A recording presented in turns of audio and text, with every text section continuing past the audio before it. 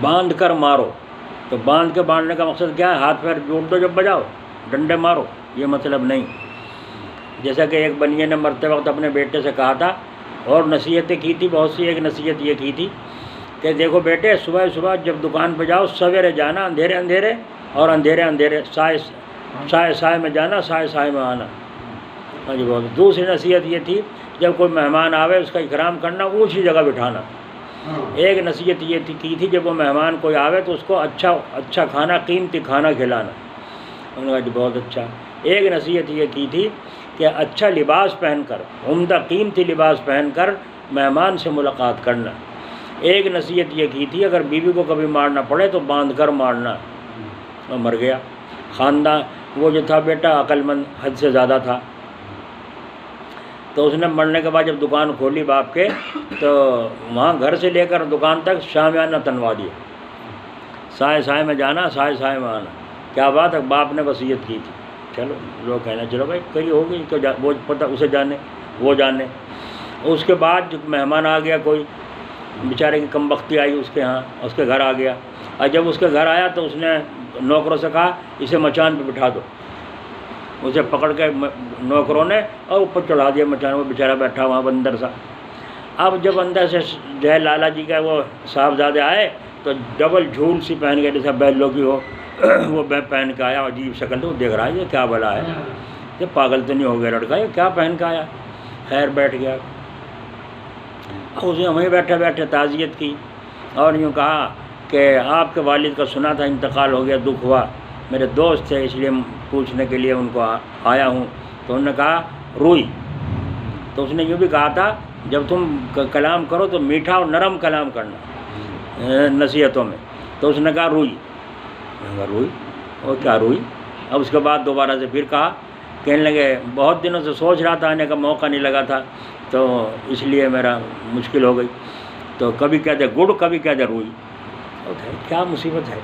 خیر آیا بیچارے کی کچھ بھلی قسمت ہوئی، نیچے اتارا اور اتار کے کھانا رکھا سامنے. تو پہلے بھی ہندو گوشت کھاتے تھے، اب بھی کھاتے ہیں، بہت کھاتے ہیں. پہلے کم کھاتے تھے بلکہ اب زیادہ کھاتے ہیں، لیکن اب پردے میں کھاتے ہیں کہ کھلا کھاتے تھے.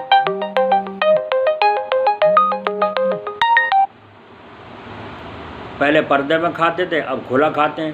اب پردے میں کھاتے ہیں، پہلے کھلا کھاتے تھے. تو دور کا تقاضا ہے. بہت سے اب بھی کھلا ہوا کھاتے ہیں، بہت سے چھپ کر کھاتے ہیں. دیکھ لو مرغا والوں کی دکان پہ پتہ چلے گا، کٹڑے والوں کی دکان پہ پتہ چلے گا. بدنام کوئی ہے، کر رہا ہے کوئی اور. اس نے کہا گوشت کچھ سخت سا ہو رہا ہے، گلا نہیں، کیا بات ہے.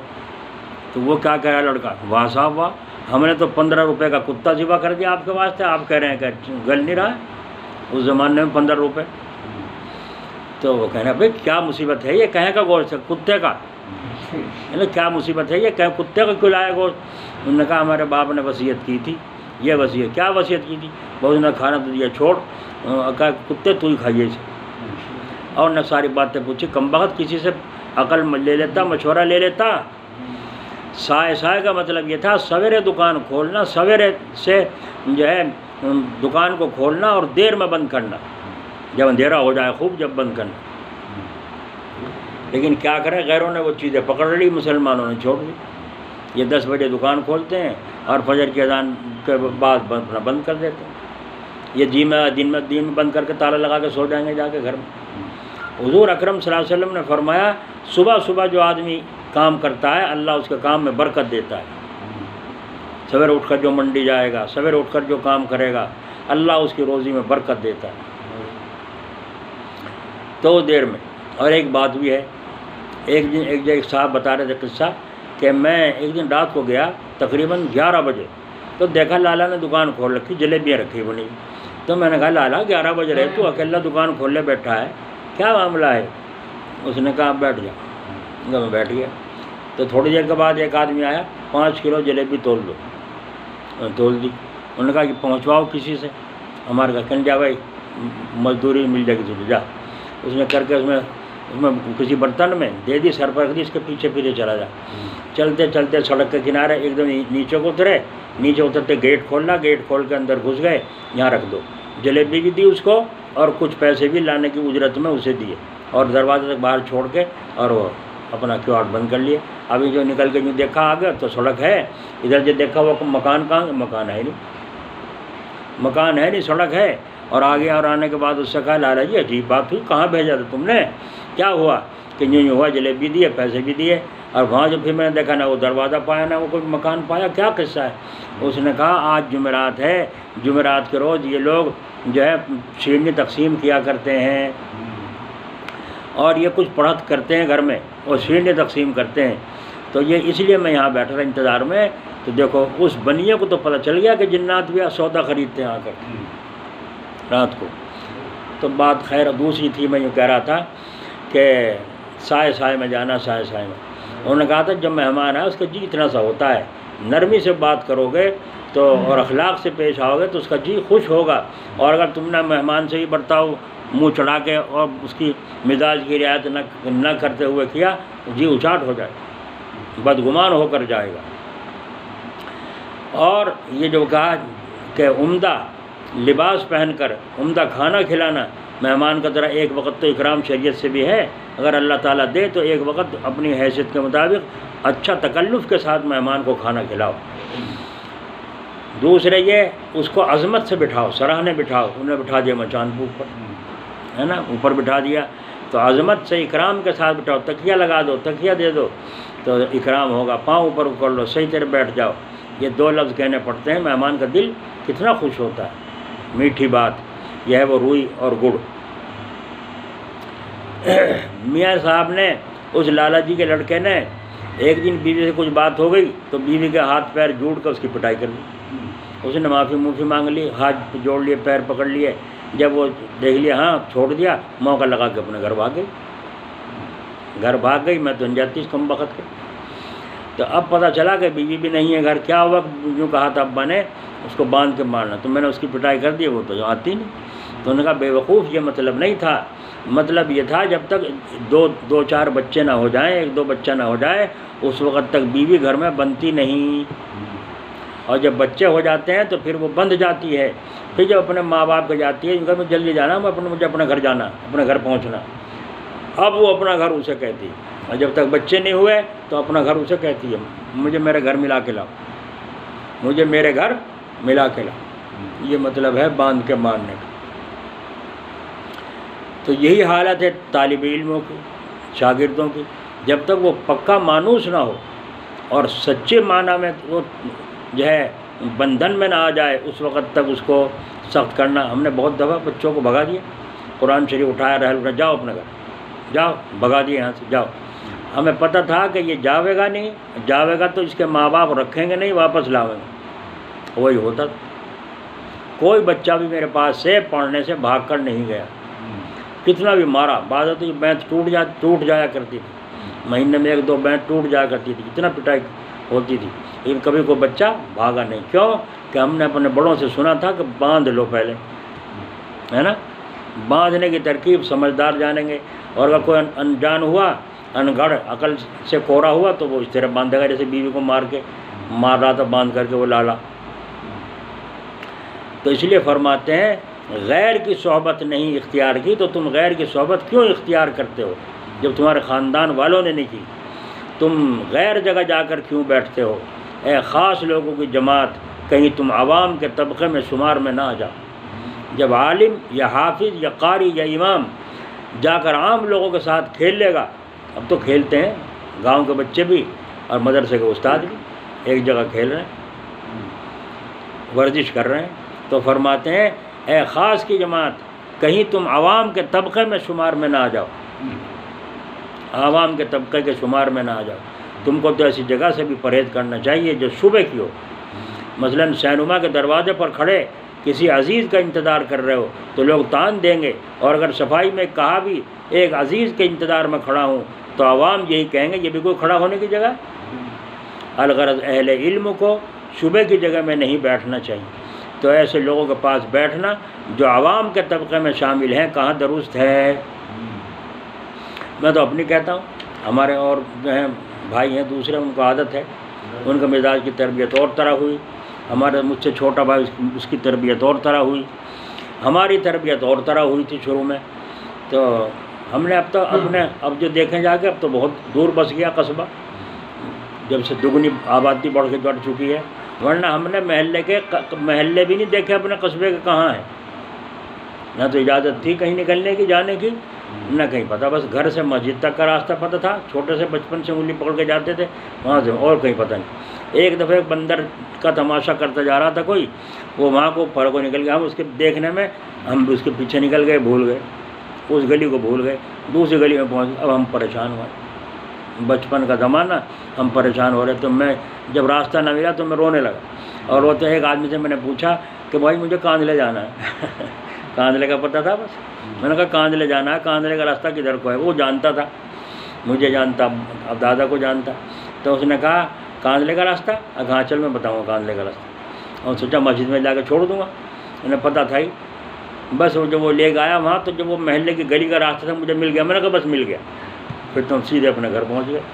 تو ہم نے قصبے کے محلے بھی نہیں دیکھے تھے کہاں ہیں، نہ کہیں اجازت تھی جانے کی، اتنی قید و بند کی زندگی، وہی مزاج آج تک ہے۔ اب 43 سال ہو گئے ہیں اللہ کا فضل و کرم سے جی، یہاں کسی سے دوستانہ نہیں، نہ کسی کا جا کے بیٹھنا ہے، نہ کسی کا آنا جانا ہے، کبھی کسی نے نہیں دیکھا ہو۔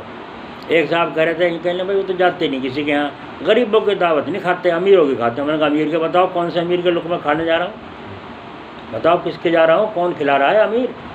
امیر کھلاوے نہ غریب کھلاوے، ہم تو کھانے کو تیار ہیں، پیٹ نہیں ہمارے، بالکل کھلانے والا بھی ہو، کوئی ثواب کی نیت سے کھلاوے، کوئی تعویذ کے لالچ میں کھلاوے جی، کوئی اور رشتہ داری کے کنیکشن سے، اللہ کے لیے کون کھلاوے بتاؤ؟ اللہ کے لیے تو بیٹھے ہیں ہم، کسی اور کے لیے بیٹھے ہیں، تو اللہ کے لیے کھلاؤ تو کھانے کو تیار ہے۔ ایک بزرگ نے ایک بزرگ کو ہدیہ بھیجا، 5 سیر تول کے اشرفیہ نوکر کو کہا خادم کو وہاں دیا ہو فلاں بزرگ کو، اور جب 5 سیر تل گئی 3 لب بھر کے اور ڈال دی اس میں، جاؤ دیا۔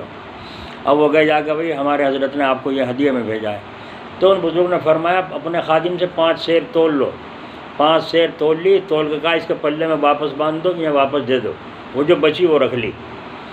تو انہوں نے فرمایا کہ جاؤ لے جاؤ، جا کے کہا حضرت انہوں نے تو 5 سیر واپس کر دی، جو وہ زیادہ تھی وہ رکھ لی۔ کہا بہت اچھا، ہنس کر کہنے لگے بڑے ہوشیار ہیں، وہ بزرگ کہہ رہے ہیں بڑے ہوشیار ہیں۔ اس نے خادم نے کہا ہمارے تو پلے پڑا نہیں ہوشیاری کا اور بے وقوفی کا کچھ بات، تم نے 5 سیر تلوائی تو پھر 3 لب بھر کے ڈال دی تو انتلی ہو گئی، بے تولی ہو گئی، تو تلوانے کی کیا ضرورت تھی؟ اور جب تلوائی تھی تو پھر کیوں ڈال دی؟ ان کے پاس پہنچے تو انہوں نے بھی 5 سیر تول کے تو واپس کر دی، باقی رکھ لی، سمجھ میں نہیں۔